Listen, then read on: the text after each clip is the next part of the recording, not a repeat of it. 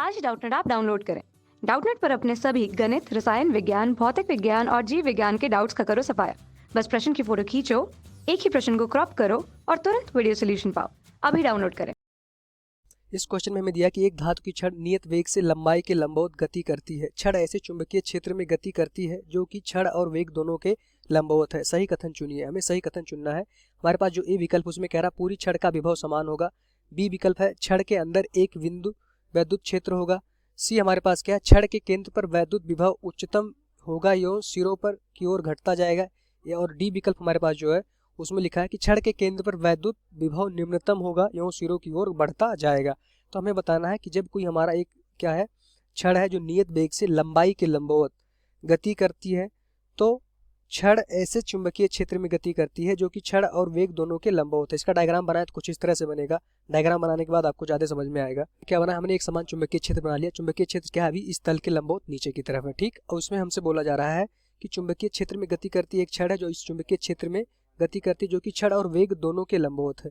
अब यहाँ से देखेंगे जो हमारा वेग है, पहली बात तो क्वेश्चन में है कि जो नियत वेग से लंबाई के लंबवत गति करती है। जो हमारा छड़ है लंबाई के लंबवत, मतलब छड़ की लंबाई क्या है, इस दिशा में है। छड़ की लंबाई हम मान लेते हैं कि अभी जो हमारी छड़ थी उसकी लंबाई क्या थी, यल थी, और लंबाई हमारी इस दिशा में थी। ठीक, अब यहाँ से छड़ की लंबाई यल है। अब लंबाई के लंबवत गति करना मतलब इस लंबाई के लंबवत दिशा में इसका वेग होगा। तो छड़ हमारा इस दिशा में लंबाई के लंबवत गति कर रही है। ठीक, और ये छड़ हमारा किसमें, एक समान चुंबकीय क्षेत्र में है। और ये चुंबकीय क्षेत्र क्या है, इस छड़ के लंबाई और वेग के लंबवत है। मतलब यहाँ से हम देखेंगे कि छड़ हमारा क्या है, इस तल के लंबवत अंदर की तरफ है, और उससे लंबवत छड़ चुंबकीय क्षेत्र से लंबवत एक हमारी छड़ रखी गई है, वो क्या है, लंबाई के लंबवत गति कर रही है। मतलब क्या है कि चुंबकीय क्षेत्र अंदर की तरफ है, उस चुंबकीय क्षेत्र से लंबवत एक छड़ है जो कि हमारा इस चुंबकीय क्षेत्र में गति कर रही है। तो यहाँ से देखेंगे कि अगर छड़ है तो छड़ के अंदर क्या होता है, हमारे पास धनायन और ऋणायन दोनों होते हैं। ठीक, तो यहाँ से हम देख पा रहे हैं कि हमारा अगर धातु की छड़ होगी तो इसमें क्या होगा, हमारा इलेक्ट्रॉन होंगे, धनायन होंगे और ऋणायन होंगे। तो यहाँ से हम कहते हैं कि हमारे पास एक क्या था, ऋणायन था, इसको हमने यहाँ पे एक ऋणायन लिया। ठीक, इस पे हम देखेंगे बल की दिशा किधर हो जाएगी। अब हमारे पास एक ऋणावेशित आयन है जो एक समान चुंबकीय क्षेत्र में गति कर। अभी हम छड़ को भूल जा रहे हैं, तो हमें क्या पता है कि कोई भी ऋणावेशित आयन होता है अगर एक समान चुंबकीय क्षेत्र में क्षेत्र के लंबवत गति करता है तो उस पर एक चुंबकीय बल लगता है। उसकी वैल्यू क्या होती है, बल बराबर हमारा होता है क्यू वी क्रॉस बी। तो यहाँ से देखेंगे आवेश ऋणायन है तो इसको हम लिख सकते हैं ई, क्योंकि इलेक्ट्रॉन हो जाएगा वी क्रॉस बी। तो बल की दिशा क्या हो जाती है, हम कैसे निकालते हैं, फ्लेमिंग के दाएं हाथ से वेग की दिशा में अपने दाएं हाथ की चारों उंगलियां करते हैं और चुंबकीय क्षेत्र की दिशा में उसको घुमाते हैं, तो अंगूठा हमारा चुंबकीय क्षेत्र देगा। पर यहाँ से देखेंगे कि जैसे ही वेग की दिशा में इस दिशा में अपनी उंगली करेंगे और चुंबकीय क्षेत्र अंदर की तरफ अपनी उंगलियों को क्या करेंगे, ऐसे घुमाएंगे, तो हमारा अंगूठा ऊपर की तरफ आएगा। क्योंकि ये क्या है, ऋणायन है, तो बल अगर ऊपर की तरफ अंगूठा आएगा तो ऋणायन के केस में हम क्या करते हैं, बल को विपरीत दिशा में कर देते हैं। तो देखेंगे हमारा जो चुंबकीय बल होगा नीचे की तरफ इस दिशा में हमारा चुंबकीय बल लगेगा। चुंबकीय बल को एफएम हम लिख रहे हैं, चुंबकीय बल। अब जैसे देखेंगे हमारा ऋणायन नीचे की तरफ गति करेगा तो ऊपर हमारा क्या आएगा, धनायन उत्पन्न हो जाएगा। यहाँ पे इस दूसरी किनारे पे हमारी जो रॉड है उस पर क्या हो जाएंगे, हमारे धनायन आ जाएंगे, और ऋणायन क्या हो जाएंगे, नीचे गति करके उस पर चुंबकीय बल लगेगा, वो हमारे ऋणायन नीचे की तरफ आ जाएंगे। तो देखेंगे जैसे ही हमारा धनायन और ऋणायन उत्पन्न हो गए तो यहाँ से हम देखेंगे इस जो हमारा ये छड़ है उस छड़ में क्या हो जाएगा, एक तरफ क्या है, धनायन है, एक तरफ ऋणायन है, तो क्या हो जाएगा, वैद्युत क्षेत्र उत्पन्न हो जाएगा। अब हम देखते हैं कि वैद्युत क्षेत्र क्या होता है। अगर इस तरह से कोई भी वस्तु है जहाँ पे एक धनायन रखा है, एक तरह क्या है हमारे पास ऋणायन रखा है, तो वैद्युत क्षेत्र यहाँ पे उत्पन्न हो जाता है। और वैद्युत क्षेत्र की दिशा क्या हो जाती है, धनायन से ऋणायन की तरफ एक वैद्युत क्षेत्र की दिशा उत्पन्न हो जाती है। तो यहाँ से तार में हम देख पा रहे हैं कि ऊपर क्या है, धनायन है, दूसरे नीचे वाले किनारे पे क्या है, ऋणायन है। ऋणायन कैसे आए, जो हमारा चुंबकीय क्षेत्र था ऋणायन पे नीचे की तरफ लग रहा था चुंबकीय बल, तो ऋणायन जो हमारे ऋणायन थे वो क्या करेंगे, चुंबकीय बल की वजह से नीचे चले आएंगे और धनायन ऊपर चले जाएंगे इसके विपरीत दिशा में।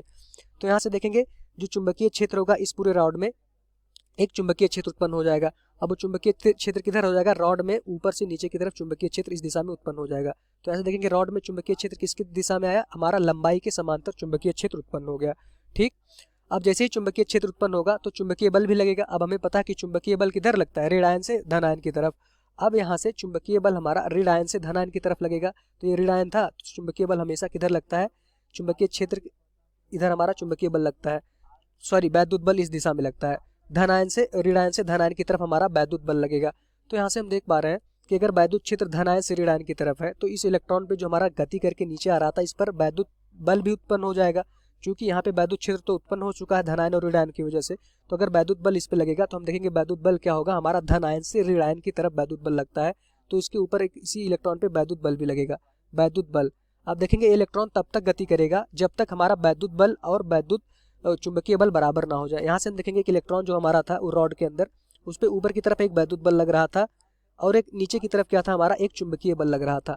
अब यहाँ से देखेंगे अभी क्या था, हमारा इलेक्ट्रॉन नीचे की तरफ गति कर रहा था, मतलब चुंबकीय बल ज्यादा था। और नीचे की तरफ इलेक्ट्रॉन तब तक गति करेगा जब तक कि चुंबकीय बल ज्यादा होगा। जैसे ही चुंबकीय बल हमारा वैद्युत बल के बराबर हो जाए, ई मतलब वैद्युत बल के बराबर हो जाएगा, इलेक्ट्रॉन की गति क्या हो जाएगी, समाप्त हो जाएगी। तो यहाँ से देखेंगे हमारा वैद्युत बल के बराबर जैसे ही हमारा चुंबकीय बल हो जाएगा, इलेक्ट्रॉन गति करना बंद कर देगा। तो ऐसे हमें पता है वैद्युत बल क्या होता है, हमारा ई इंटू वैद्युत क्षेत्र ई। अगर वैद्युत क्षेत्र ई उत्पन्न हुआ है, चुंबकीय बल की वैल्यू क्या होती है हमारी, ई वी बी के बराबर। यहाँ से हमने चुंबकीय बल देख लिया किसके बराबर होता है, E v cross B v B, मतलब वी क्रॉस बी वेग और चुंबकीय क्षेत्र अगर लंबवत है तो बल हमारा क्या हो जाता है, ई वी बी। यहाँ से देख पा रहे हैं हमारा वेग एक्स अक्ष दिशा में है और चुंबकीय क्षेत्र हमारा माइनस जेड में है, मतलब इस तल के लंबवत नीचे की तरफ। तो पहले से ही कोण 90 डिग्री हमें दिख रहा है। तो यहाँ से देखेंगे हमारा ई से ई कट जाएगा, तो यहाँ से ई बराबर हमारा क्या आ गया, वी इंटू बी आ गया। ई हमारा क्या है, वैद्युत क्षेत्र, और वी क्या है, हमारा वेग है, बी क्या है, हमारा चुंबकीय क्षेत्र। तो यहाँ से वैद्युत क्षेत्र जो उत्पन्न हुआ उसकी वैल्यू हो जाएगी हमारी वी इंटू बी के बराबर। अब हमें पता है कि अगर वैद्युत क्षेत्र है तो वैद्युत विभव भी उत्पन्न होगा। अब वैद्युत विभव ई बराबर वी बराबर क्या होता है, ई इंटू डी के बराबर। डी हमारा क्या हो जाएगा, इस पूरे जो हमारा छड़ है उसकी लंबाई हो जाएगी। धातु की जो छड़ है उसकी लंबाई हमने क्या मान के रखा है, यल है। तो यहाँ से देखेंगे वी बराबर ई की जगह पे हम क्या लिख सकते हैं, वी बी, और डी क्या है, हमारा लंबाई हो जाएगा। तो जो वैद्युत विभव उत्पन्न होगा वो वी बी एल हो जाएगा। तो इस तरह से हमारे पास जो तार था, यहाँ पे देखेंगे तो एक सिरा पे हमारे पास यहाँ पे जो तार था उस पे वैद्युत विभव उत्पन्न हो जाएगा और उसकी वैल्यू क्या हो जाएगी हमारी, इस तरह से विभव वी बी एल का। तो हमारा एक तार का इंड क्या हो सकता है, मान लेते हैं तार ए बी था तो एक तार पे विभव हमारा मान लेते हैं 0 था, तो दूसरे तार पे विभव क्या हो जाएगा हमारा, वी बी एल हो जाएगा, विभव हमारा दूसरे की तरफ बढ़ जाएगा। पर यहाँ से जो तार था इसको हम ऐसे आपको जस्ट समझने के लिए बना सकते हैं कि एक प्रतिरोध था और यहाँ पे एक विभव भी उत्पन्न हो गया उस तार में जो एक समान चुंबकीय क्षेत्र में गति कर रहा था। विभव बराबर हो जाता है हमारा विभव, इसको ई से लिखते हैं वी बी एल। यहाँ पे देखेंगे इसको ई हम लिख देंगे क्योंकि वेग पहले से है तो वहाँ से आप कंफ्यूज हो जाएंगे, इसलिए हम इसको क्या लिखे, ई बराबर वी बी एल हो जाता है। वी क्या है, हमारा जो छड़ था उसका वेग था, बी क्या था, चुंबकीय क्षेत्र, और छड़ की लंबाई के बराबर हमारा एक विभव उत्पन्न हो जाता है। तो विभव देखेंगे इस बिंदु पर विभव मान लेते हैं हमारे पास ये बिंदु ए था, बिंदु बी था, तो इस बिंदु पे हम विभव क्या रख सकते हैं, इसको हम 0 कर सकते हैं। तो बिंदु बी पर विभव हम देखेंगे कि किसके बराबर हो जाएगा, वी बी एल के। तो विभव क्या होगा, हमारे दूसरे सिरे पे बढ़ जाएगा और एक सिरे पे क्या हो जाएगा, हमारा विभव 0 रहेगा। तो अगर हम अपने ऑप्शन की बात करें तो पूरी छड़ का विभव समान रहेगा, समान नहीं होगा। देख पा रहे हैं कि बिंदु जहाँ पे उच्च भी हमारा धनात्मक होता है, हमारा ऋणात्मक होता है। तो यहाँ से देखेंगे ये जो ऋण वाला है उस पर विभव कम रहता है, धनात्मक में विभव हमारा क्या होता है, कोई भी अगर धारा इस तरह से बहती है धन से ऋण की तरफ तो विभव हमारा क्या होता है, बढ़ जाता है, तो विभव हमारा बढ़ जाएगा। अच्छा, यहाँ पे देखेंगे एक प्रेरित विद्युत धारा भी उत्पन्न होती है।